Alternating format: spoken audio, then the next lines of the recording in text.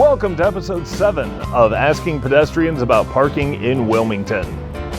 We're coming up on the annual Greek Festival on Broome Street. This is a festival you don't want to miss. Incredible food, great music, dancing, culture. This is the place you want to take your family and enjoy an evening out. Just down the block from the Greek Festival lives our friend Keri. Hi, I'm Keri. Keri's had some frustrating experiences with the city of Wilmington. I'll let her explain what happened on these 3 different occasions.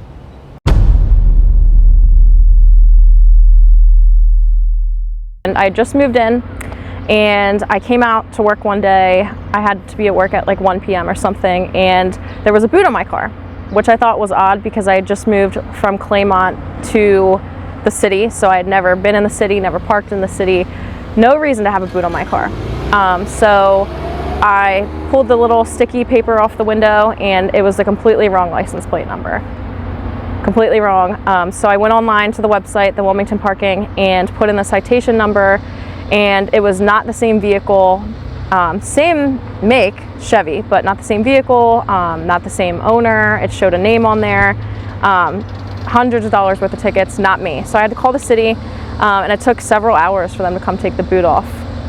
So that caused me a lot of issues with getting to work, having to have someone bring me my vehicle at work. It was just a nightmare. They took no ownership of it whatsoever. Just, sorry, we'll come take the boot off, which took them quite a while to come. They wouldn't even give me a code or anything to take it off. They had to come take it. So that was a nightmare the first time.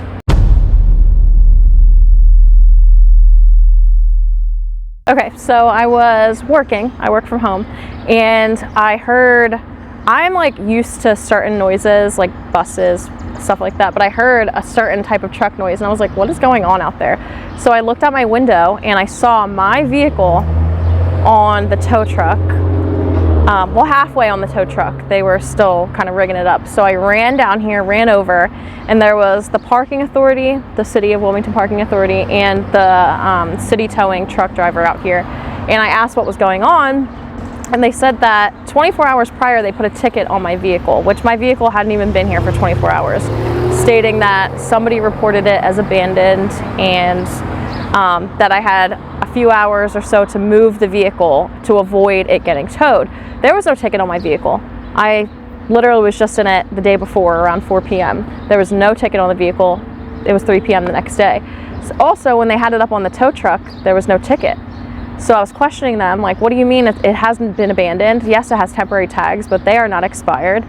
I don't know why you guys have my car up on the lift. And they said, you know, it was tagged as abandoned, so they had to come tow it. If I wanted the vehicle back, all I had to do is go down to the city, pay $25, and then I can go over to the tow yard on Airport Road and get my car. So, but also this is at 3 p.m. and they closed at 4, the city, 4 or 4:30. So I couldn't get my vehicle until the following day. So that was rough. That was a nightmare as well. And, you know, the parking authority didn't really stand up for me when I said there was no ticket on there. They were just going with the tow truck driver, like, all right, it's already up, we're going to take it away.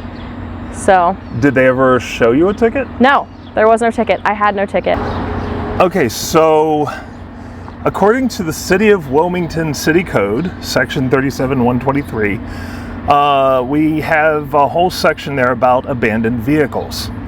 So, let me ask you, Keri, was the vehicle obstructing the flow of traffic on this street? No.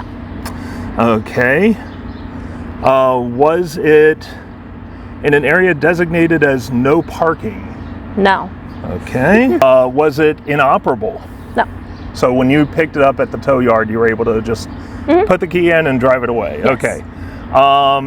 Was it dismantled, wrecked, or did it display any expired registration plates? No. Okay. Were the tires properly inflated?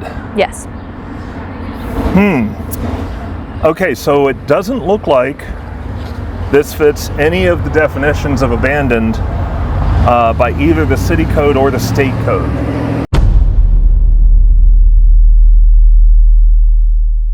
It was my niece's birthday. We were supposed to go to the Philadelphia Zoo, and I was looking literally out my window to see what the weather was like, and noticed my car was not where I left it. So my first instinct was that it was stolen. Honestly, I thought it was stolen. I've heard of Kias being stolen in the area. So I was freaking out, like, oh my gosh, my car is stolen. I have to call the police. I have to do something. So before that, I decided, my car's already been towed once. Let me just call the city and see if they towed it. I don't know, there's no reason for them to tow it, but let me just do that. So I called and they said that they didn't have it. There's nothing in their system for it being towed. I gave them my license plate number, but they said if I wanted to, I can call City Towing and see if they had the vehicle. So I called them. They had just opened. It was like 8 or 9 a.m. and they told me that they would look. I gave them my license plate number and the VIN off paperwork that I have, and they called me back about an hour later saying that they had it. They had the vehicle, but they had to verify with the city that there was nothing against it, no tickets that need to be paid, XYZ. So that took essentially all day. They called me back at 2 p.m. and told me that I had to be there by 3 o'clock to get the vehicle, or I had to wait until Monday morning. So there was no way for me to get there. I went to the Philadelphia Zoo with my family, so I could not get there. So I had to wait all weekend to go get my vehicle that Monday morning. And I didn't have to sign anything. I just had to prove that it was my vehicle, and they gave me access to go back there and get it and drive it off the lot. So that's the story on that one. So you didn't have to pay a release fee that time? No. Just had to go a weekend without a car? Yep. Yeah. And did they ever explain why it was No. No explanation. Just that they had it. They had to verify with the city that there was no tickets or anything against it. And then they called me back hours later and told me if I wanted to come get it, I had an hour to do so. And I wasn't able to. But no, just like with the first time it got booted. No explanation. No reasoning why. I guess I just have to understand it's their mistake. Just move on from it. Do you feel like the city just wants your car? Somewhat, yeah. So when you called the city of Wilmington and asked if they had towed your car, they had no record of it? No. Nothing. But you called City Towing and they said, yes, we have your vehicle. Yes, it took them hours to get back to me, but yes, they said they did. They had to verify the VIN and the license plate number, but the city said that they had no recollection of it in their system, and I could call City Towing if I wanted to, just to see. We're filming today on Friday, May 19th. On Monday, May 15th, we reached out to the city council, mayor's office, Department of Finance, and the legal department, asking them about these situations that Keri faced. Specifically, Keri is interested in knowing the following. How does a vehicle with different license plates, different model, different VIN, and different owners accidentally get booted? What criteria does the city use to determine whether a vehicle is abandoned?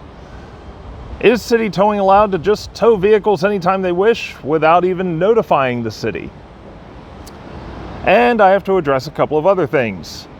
First, I know the standard line many on city council have heard. It goes something like, oh, Ken Grant brings these stories to us, but the people don't always tell the whole story. Of course, when I try to explore further, well, that's supposed to just shut down the conversation. So please don't accept that somehow any of these events were justified without evidence. For example, where is the alleged ticket from March to justify that tow? Second, I've tried asking this a few times, have yet to receive a reasonable response. If you take a look at sheet 1 of the attached spreadsheet, you'll find the monthly breakdown of how much the city receives in $25 tow release fees each month between December of 2018 and December of 2020. We're looking at an average of about $5,000 per month. Now, if you look at sheet 2, you'll see the list of all of those vehicles that were towed and then returned to their owners. 4,169 vehicles, actually a few more, some are doubled up. Now, if you scroll across to column P, you'll see how much drivers had to pay to get their vehicles back. And you'll see that 3 people paid more than $1,000 to the city, presumably for past parking tickets. Another 30 or so paid anywhere from $33 to $946. And the other 4,000 plus vehicles claimed by their owners only had to pay $25 release fees. So why were all of those vehicles towed? And some may have been involved in crashes, but not 4,000. Any other reason, unpaid parking tickets, parking at a fire hydrant, blocking an intersection, etc., would mean the driver would have to pay the city for those violations in addition to the $25 release fee. But we have more than 4,000 vehicles here that seem to have been towed just because. Again, I think we need to have a conversation.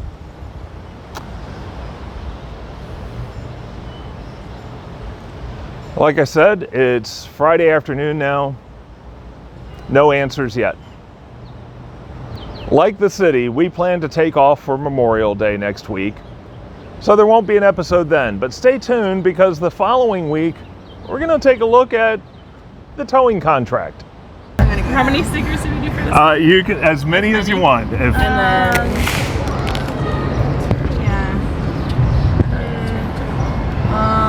I don't really know the difference between them, so I'm gonna put that one. Sure.